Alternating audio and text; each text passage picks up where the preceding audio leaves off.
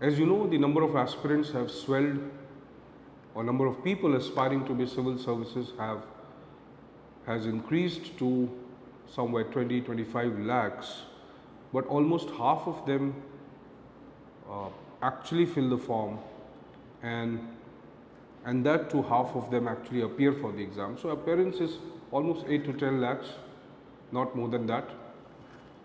Many of them, as per the UPSC report, also drop out from the mains exam. That is little surprising, but yes, that is also a fact, or data shows that this is also a reality. So if we go for an overall analysis of the role of optional in the exam, it plays a very crucial role, but it is not only the primary area, right, which can make or mar your chances of success in the exam. And optional has its multiple benefits, especially when you talk about optional like public administration, which has broadly impacted the various domains of general studies, including your value addition in terms of content and in terms of communication skills when it comes to interview.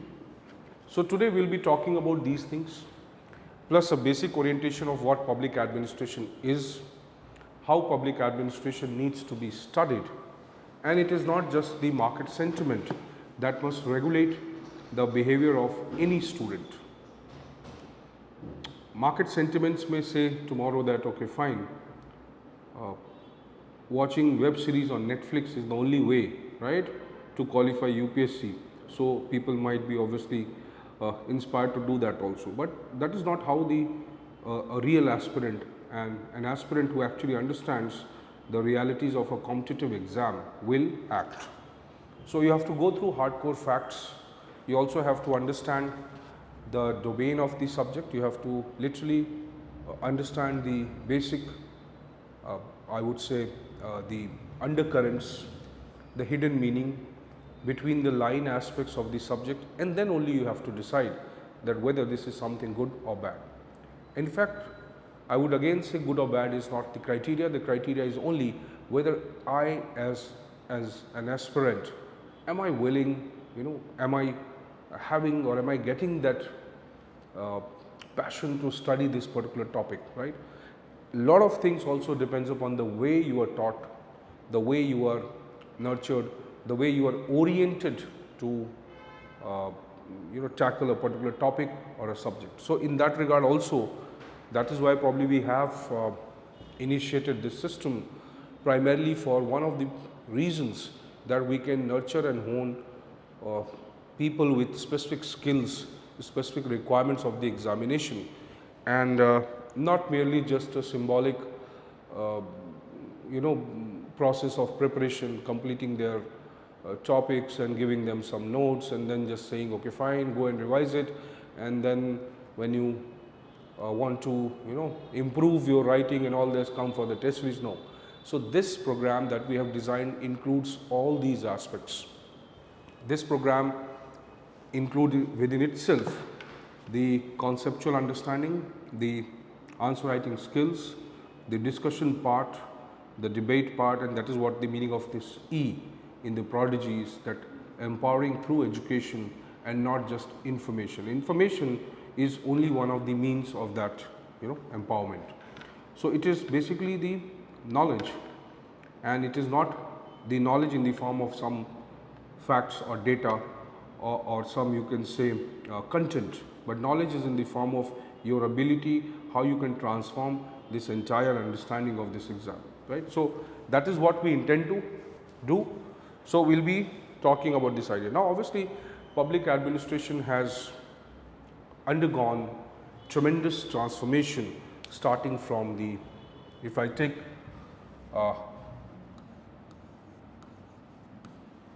so if I say that public administration, if we want to understand what are the diverse dimensions of this subject, public administration, how do we interpret the term public administration?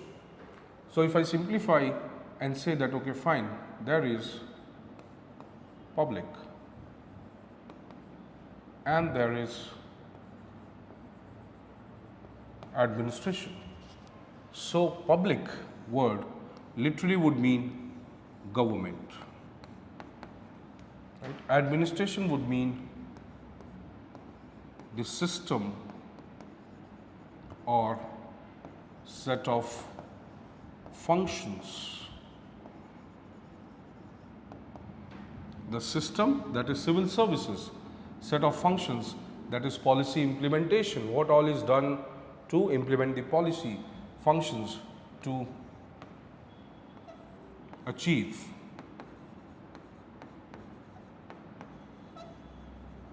the goals of government, right? So this word public literally would mean government. But in today's scenario, when we think of the transformation of society from monarchical system, you know, the traditional societies where people used to live for hunting and gathering, they had a nomadic life, and then they organized into a sabha or samiti or into some form of very elementary form of political system, right? They came together and they organized the society. They started farming and they started living adjoining to fertile lands, alluvial lands and alluvial plains, I would say, right, or river banks. So they started living there and they organized their life. They had to stop running here and there for food. So you see, this transition from a nomadic life to a more subsistence life, to a more organized living, obviously required certain other aspects to be fulfilled. For example, security. Right? Their social interaction started, communication between them started. So many things evolved as a consequence of that. So as the social life or as the behavior of people changed because of circumstances, their method of living and their method of behaving or their way of conducting themselves changes over a period of time. And this somewhere, right, gives the reason for an organized system of living. So from there you will see the idea of an organized political system emerges. To do anything in a society, society is like a group of people living together who have some common interest, who have some common bonds between them, and because of that you will find that they need to organize themselves into a system of power, because then there are a lot of people and these people obviously will not accept anyone's orders unless that is created by a legitimate or legal process. So that system which is created by the members of society for their collective benefit, that is called the state, or in very common sense way, government, even though state is not government, right? So this word public, and in simple sense it is government, but in general, or I would say if you see it theoretically at an academic level for actual understanding, it would be called as state. Now state works for whom? So traditionally from monarchical system to benevolent monarchy where king was working for welfare of people, to I would say mercantile systems, feudal systems, then comes capitalist model or democracy. So there has been a long journey of evolution of the concept of state. So state is a political entity, it is the symbol of power of the society, which society creates to govern and manage its own functions. So for whom this state emerges, right? So it is basically for people. So in the modern sense, we use the word citizens, right? Generally term citizens is related to democracy, right? And as you know, the word subjects is related to something like monarchy. So when we try to now go to the next layer of the meaning of the term public. The next layer of the meaning of the term public means citizens. Here public, we the public, right? We the citizens of India. So that will be now citizens. So government is one meaning or one level of understanding. Then second is citizens. So government is owned by the citizens. That means government functions for whom? Citizens. What does it do for the citizens? It tries to fulfill the collective interest of the citizens.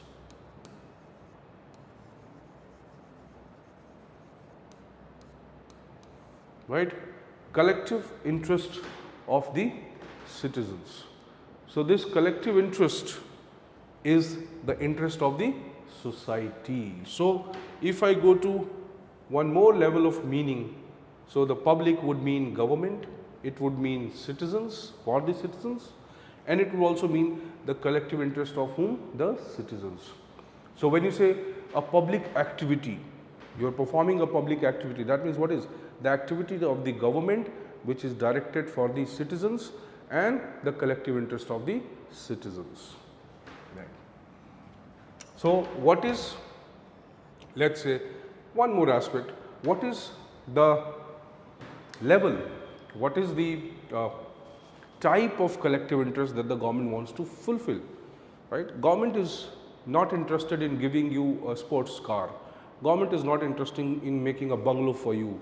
Obviously government is interested, or government's primary duty is to perform those functions which satisfy the needs of the society, collectively of the society, and not individually your interest or your demand. So collective demands of the society. What are these collective demands?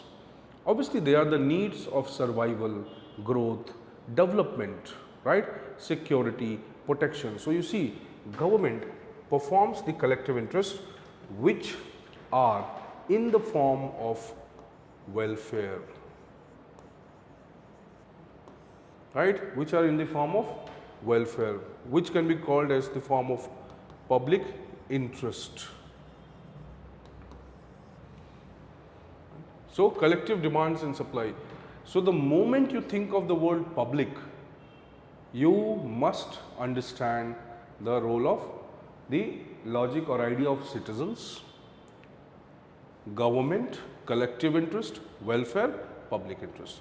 And the other term, administration, would mean that how we are able to manage and deliver these functions of collective interest and welfare. So public administration now becomes the system of the government which performs certain set of functions, or which is created to perform certain set of functions which satisfies the goals of public welfare and public interest, or achieve the goals of the government. How the government wants to achieve these goals, right? How government decides what is welfare and what should be done and what not should be done. So government obviously makes policies. So government makes policies. Policies are what? These are the government's decisions, right? These are long-term frameworks or long-term decisions of the government,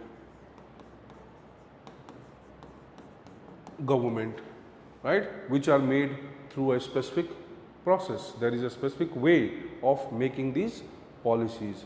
For example, Council of Ministers, various ministries, their departments, they make the policies. So government makes the policies, and these policies are now implemented by administration.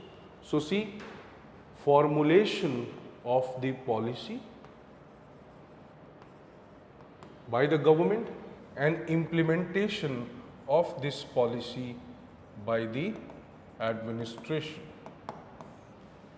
So very simple, that whatever government wants to achieve, the goals of welfare and public interest, whatever it decides to do to provide benefits to the society, to overcome the problems of society, to cure the problems of society, right? And whatever it decides to do and defines a framework for that, that is now the task of the administration. So, administration involves various activities which are performed to achieve the goals of the government which has been decided. Now, that is what administration is. So, we have several definitions of administration, right, which helps us understand. So, this here you understand the meaning of administration.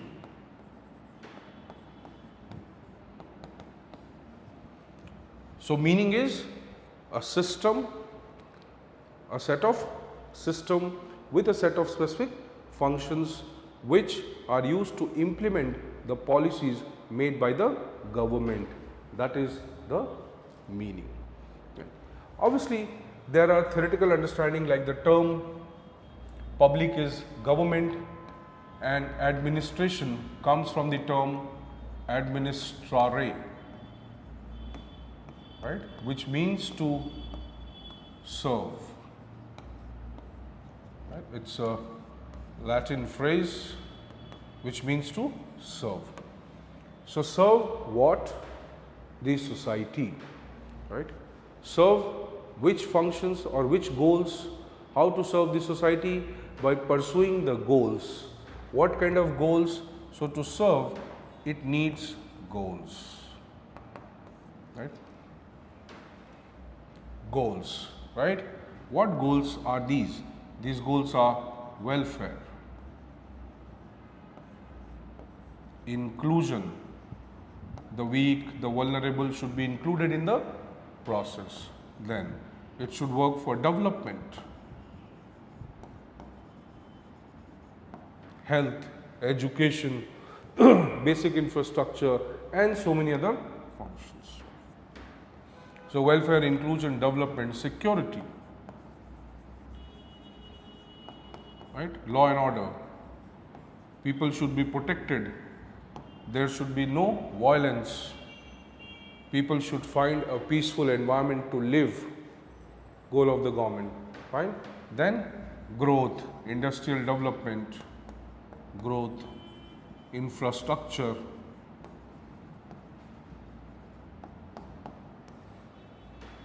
So, likewise, there are various goals, right?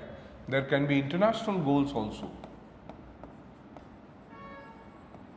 which are related to diplomacy and international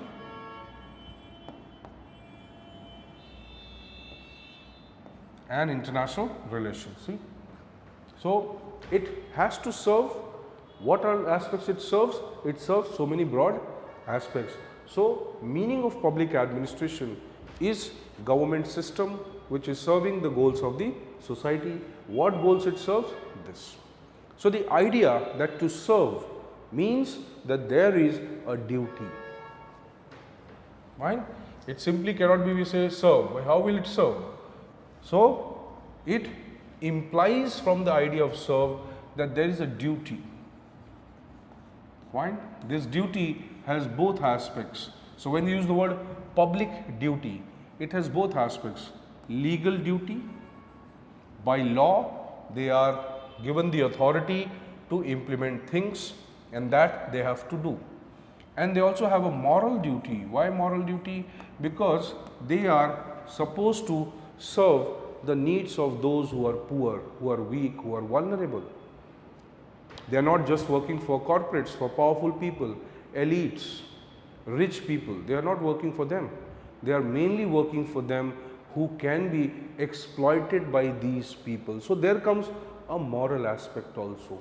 A very valid definition to help you understand the meaning of public administration. So, we will use some definitions to help you understand how public administration is interpreted. We will get into a lot of technical details over a period of time, but this is just for a pre-introduction. It is just for your consciousness regarding the subject called public administration, right. So, let us say few definitions would be very relevant, like like public administration is a moral term or is a moral act, right? That means the activity is a kind of moral activity. You are serving the needs of the society, the poor, right? People feel safe and secure when public administration works for them. So public administration is a moral act, and public administrator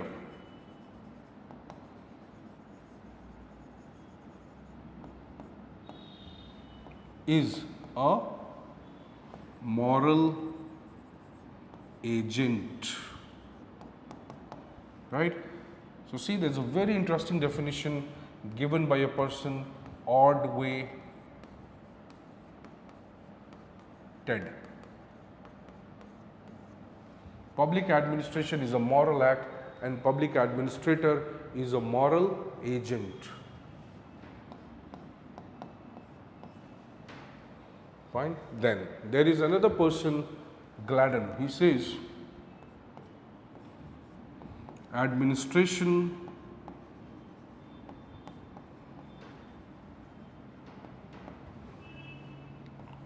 seems to be a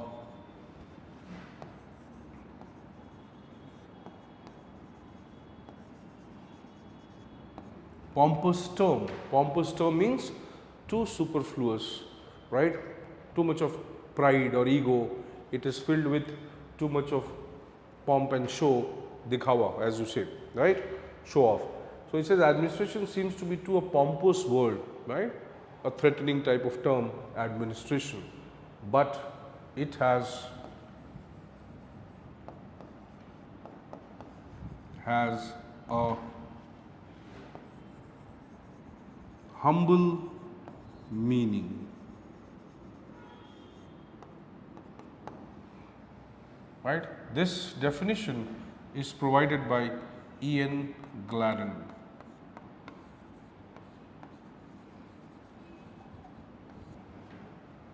Right? Very interesting, right? Both of them somewhere are reflecting the moral nature of public administration, that it has a service motive. It does not want to control, regulate, right, or create a fear in the minds of the members of society, but its primary purpose is to serve, make them more secure, make them feel good, make them feel protected, right, make them feel like more like the boss themselves. So they don't act like boss, in fact they treat people like a boss, right? Now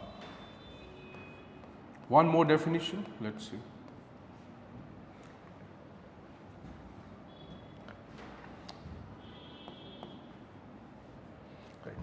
Fifner and Prester, see, public administration comprises of all those functions,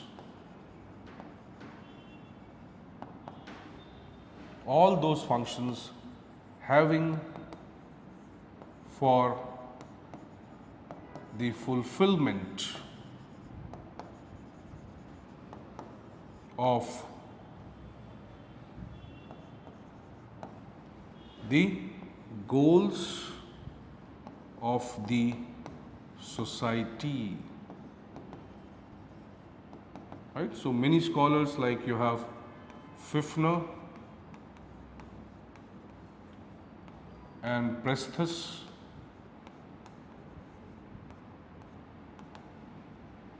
right?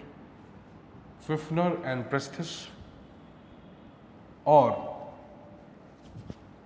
you have people like Negro and Negro. They are coming with this idea of definition, that it comprises of all those functions having for the fulfillment of the goals of the society. That means the public administrations primary function, its primary task is what? To fulfill the goals of society. So, a public administrator's moral, legal, and in fact his willingness is to serve the society. It must all be channelized together to fulfill the needs of society. All these definitions somewhere give us the idea that public administration is the primary, the main instrument, the main system or means to serve the ends of the government.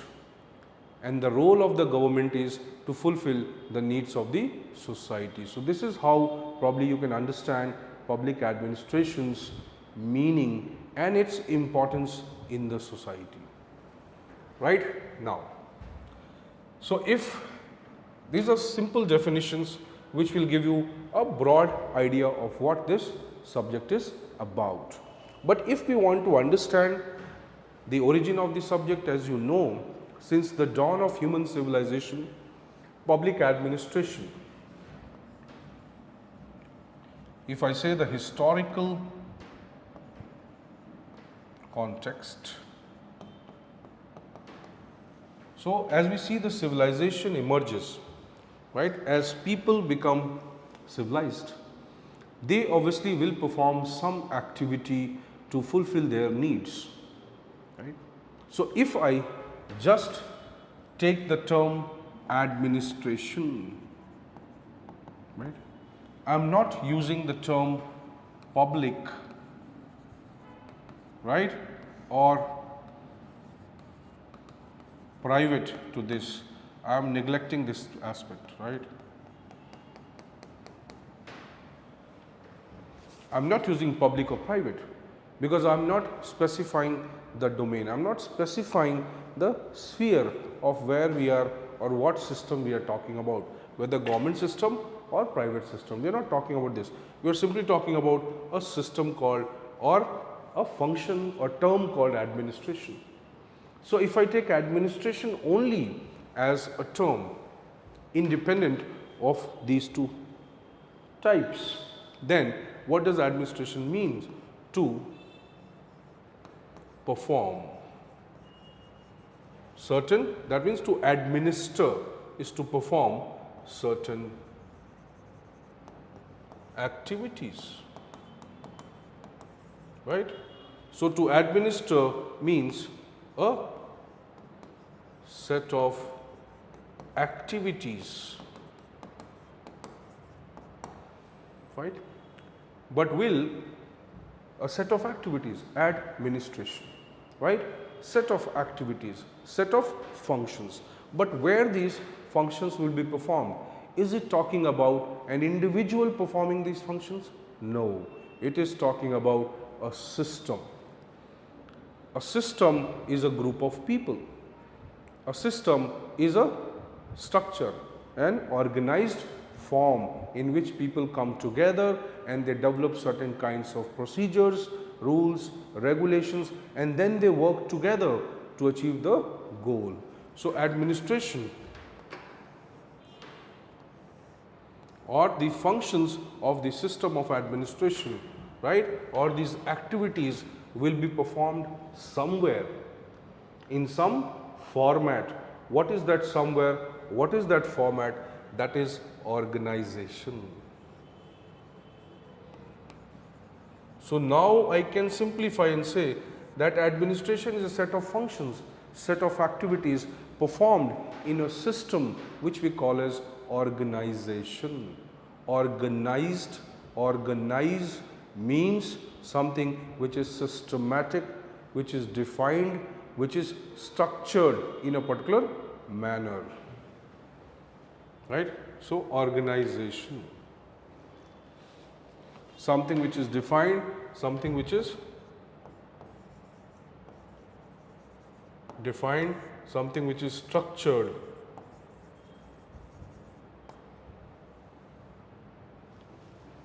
defined, structured, right. It is organized in a particular manner.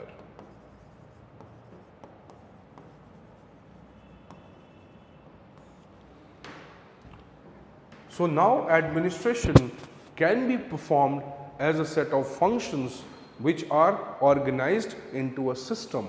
This system is called organization. So there is a very famous scholar, Bernard, Chester Bernard. Right? We read this scholar in public administration theory. So Chester Bernard, right, says that how come an organization comes into being? What exactly is an organization? So he says an organization will come into being. It will exist when these three conditions are fulfilled. 1, 2 or more persons coming together. See, try to understand. When he's saying 2 or more, that means that it is not a system which is or which comprises of an individual. An individual cannot be an organization. It has to be group of people together. So when these people will come together, right, they will come together because of something. What is that something? Right? What is that something? There must be common purpose. Right? They should have some common goal, otherwise why will they come together? You and your friends plan to go for a movie. Obviously there is a common purpose going for a movie. Right? So there must be a common purpose, which we call as goal. So there must be a common goal. Fine? Then there must be, right? So you have a common purpose. Now you take your friend, you ask your friend, let's go for a movie. He says, okay, fine, let's go for a movie. But he may not be interested. If he is not interested, right, probably you will not enjoy that company. So your effort, your energy will be diluted. Your motivation, your inspiration, your, the effort that you are putting to be there or enjoying that movie, right, or the purpose for which you brought him together, that intention will be totally violated. It will become useless for that particular. So somewhere common purpose or common goal is important, and at the same time your willingness to contribute. He must also be equally willing to contribute to this common purpose, and then your energies will become channelized. So there will be willingness, right, to contribute, and once this happens, right, you will be working together. You all will work, right, you will take your initiatives, you will become inspired, you will be motivated to work, and that will be coordination.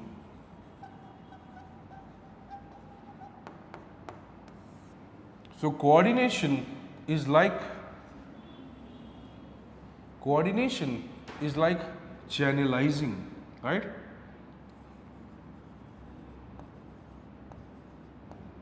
Is like channelizing your energies.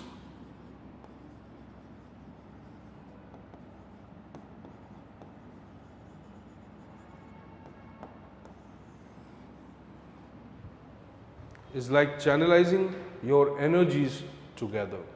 Fine? And that is how the term organization. So Bernard's definition is very interesting in understanding that, okay, yes, if these three criteria are fulfilled, then how we are going to, right, or how we are going to actually achieve the goals which we have decided. So this concept of,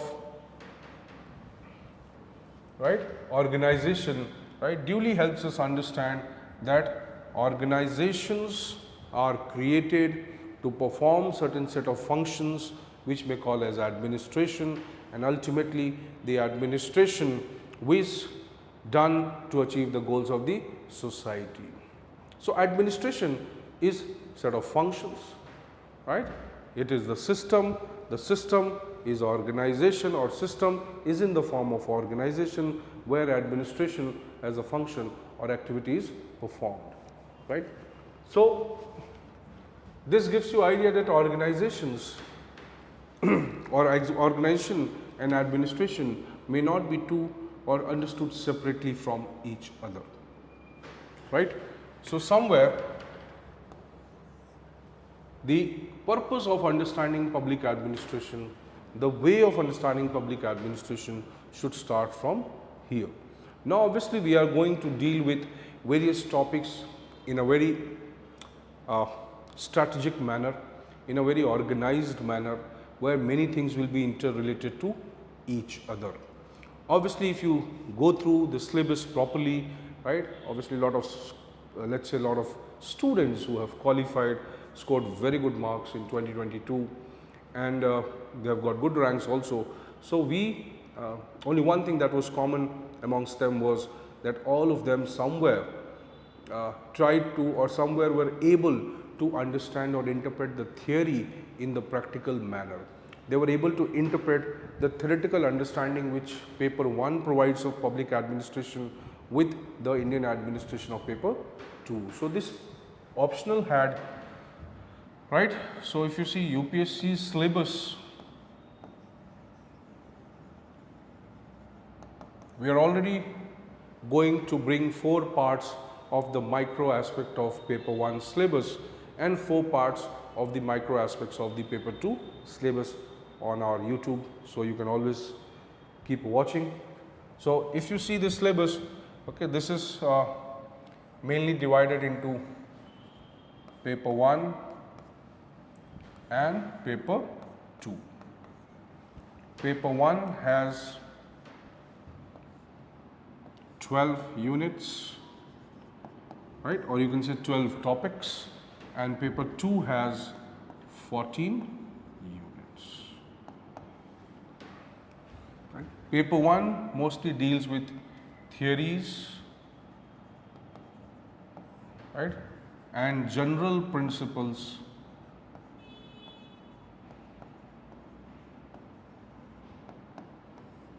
of understanding public administration, right. What is the origin,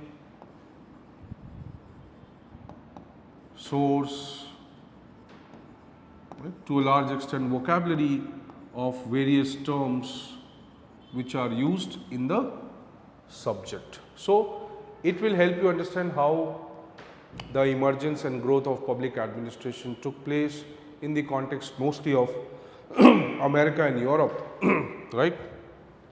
So that aspect you will learn, and it covers a lot of broad features, right.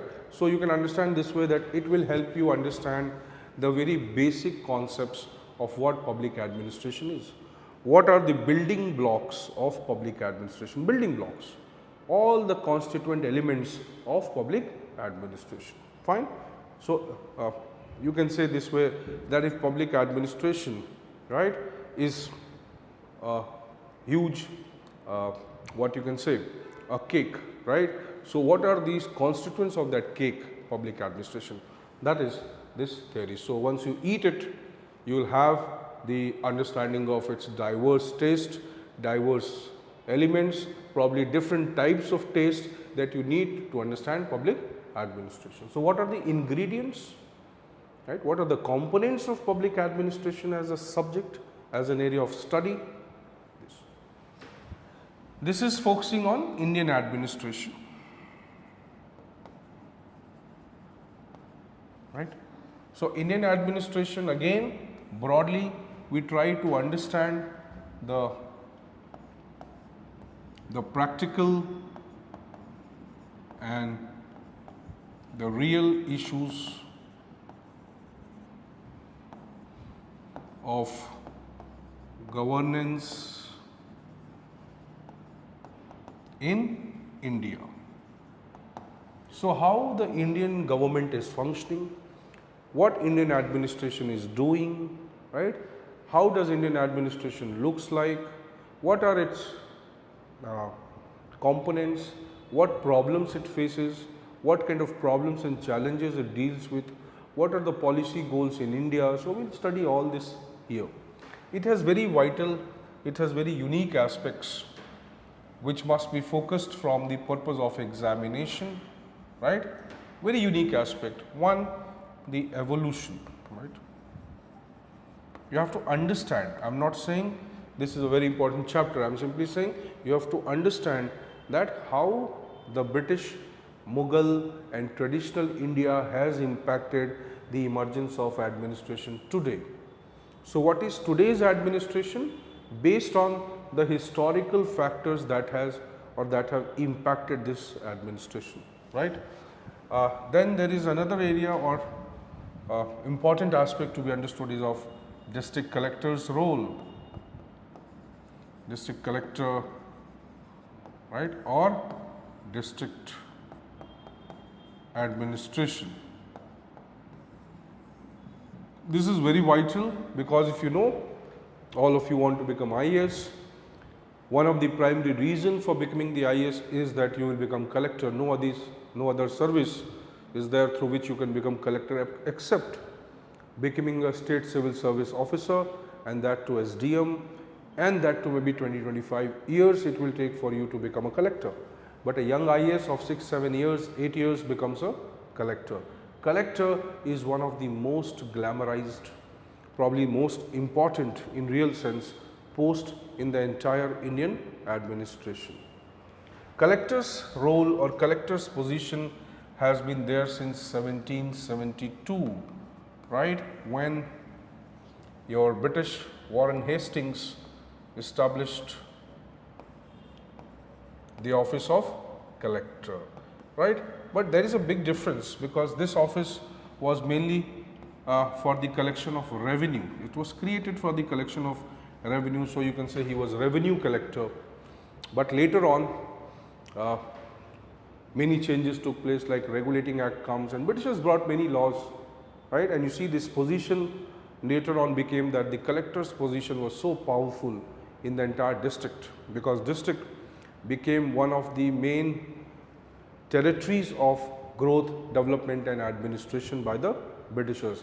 That means the basic unit of administration of this entire country was district. So, they became very powerful functionaries. Even today the collectors are very powerful functionaries. So, you have to understand that what is a district administration, what is the role of collector and how the role of the collector is changing today. That is very important aspect here in this paper, especially after globalization or technology, right, or the growth of media and Panchayati Raj institutions. Fine.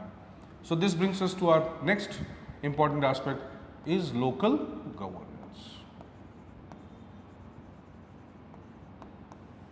Local governance, right. So, here also your rural and urban, right, majority of the paper, majority of the questions in paper 2, they flow from the idea of governance, local governance, rural or urban. Your various programs, policies, various kinds of schemes, if they are asked in the exam, they generally come from the same idea, right.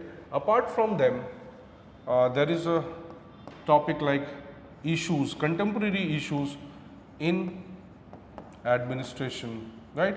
For this there can be multiple sources, especially your newspaper is a source, right. IIPA can be a source, right. Latest government reports. So, what we do, we integrate all this together into a magazine that we bring monthly or bi-monthly, right. Throughout the course you will keep getting it, and even after that, because your obviously your timeline, the content and our support obviously you will get till you write your mains, but in general, right, it will be for almost an year that support that you are going to get from the office. So, from our academic team, right, even you can say me. So, I will be there obviously supporting you. So, there is a magazine called Bridge, right, Bridge or Current Affairs for PubAd. So, we will try to input these elements there, right. So, no overburdening of content, everything structured way will be delivered in the class. Things are to be interlinked, and then they will make you write that. So you'll get all the notes. Whatever your notes are there in your notebook, that will be your primary source, and probably you will not need anything else apart from that. Yes, handouts will be given, what we call as, generally the others call as notes. So we give them as handouts. Why? Because it is aligned with the class. If we give you an entire bulky content, useless, frivolous, superfluous, without having any essence with the class, then it is illogical. So handouts will be given which will be aligning with the class. The class may be more descriptive, more broad, because obviously it will be focusing on your on you imbibing or learning step by step the methods and understanding of this subject. Fine. So this handouts will be there. Handouts will cover them. Your class tests will be conducted. Right. Every day we are discussing a lot of questions, and that is why we use the word democratizing, because our focus is not just on linear transmission of notes, just giving you notes and making you write certain things. No, it is more about learning. So there has to be a two-way interaction, right? For example, for weekends, Saturday is purely for doubt session. It's purely for discussing multiple dimensions of the topic, right? You're reading a book, bring the content from the book, questions, previous year questions, right? All those elements will be integrated into your weekend doubt session, right? So I hope you have at least understood the basic meaning of public administration, right? Various definitions and the scope of the study of the optional for UPSC. Now obviously there are multiple aspects of that. When you interpret public administration, you can do that in so many ways, as a subject, right? As an activity, as an organization, as a social system. So let me just give you one diagram for this, which will be discussed over a period of time. So if I now want to understand public administration, I will have to diversify, right, it into a discipline. A discipline is the subject or subject matter. What content we are going to study. Then you can take this as a set of functions, right? Activity. So set of functions or activity that you perform, right? Welfare, justice, inclusion, transport, growth, development, security, lot of functions. Right? So it is a subject, it is set of functions, it is a system, right? An organization, what you call as bureaucracy. So you want to enter into the bureaucracy, right? Bureau means office. So bureau equal to office, right, or officials, right, where there is a single boss or single head of organization, one head of the organization. So bureau means office of officials where there is a single head. Cracy is rule, authority. So a system where there is rule of officials, right, where officials exercise authority, that is bureaucracy. So it is a system, it is an organization, it is a design, it is a structure. That is also public administration. Fine. Then we interpret it in more sophisticated manner, in more refined manner, seeing the nature of questions that come in the exam. So we also say that public administration is also a part of social system. Social system means that, for example, we have a public administration in USA and you have a public administration in India, civil services in Europe, civil services in India, right, and likewise. So every society will have some unique elements of its culture, history, politics into the administration. So in every society the administration will reflect some of its uniqueness, and that is how we understand or we distinguish public administration from of one society to public administration of another society, right. So when you say civil services in Pakistan and civil services in India, obviously there are two different aspects. So they will have something very peculiar in them, that is a social system, right. It also somewhere means that public administration serves the needs of the society. It is integral to the growth and development of society, right. Then we may also interpret in new formats today, globalization, technology and likewise, right. So we use the word public administration is a means, it's an instrument. It's an instrument for what, right? It works under the political system. It works under the ministers, prime minister to achieve the goals of society. So instrument view or PubAd as instrument means that public administration is the instrument or it is the technique through which or it is the set of functions through which the government achieves its goal. So public administration is not government, it is part of the government. It is the hands of the government, right? Or you can say it is the action part of the government.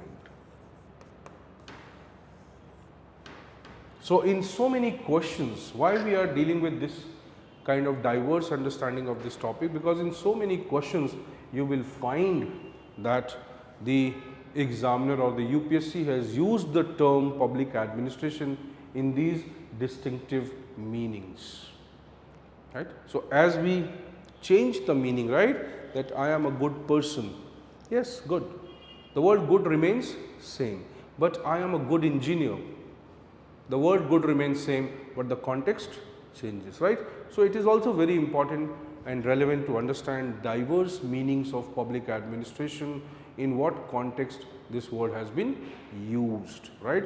So we will carry forward with our discussions in the classroom, right. All of you who have doubts, who are having any problem in terms of understanding public administration, in general also people who are not part of our institution in terms of admission, they can also come and discuss with us, right. Let us see how we can help you, fine. So thank you so much for listening to me today.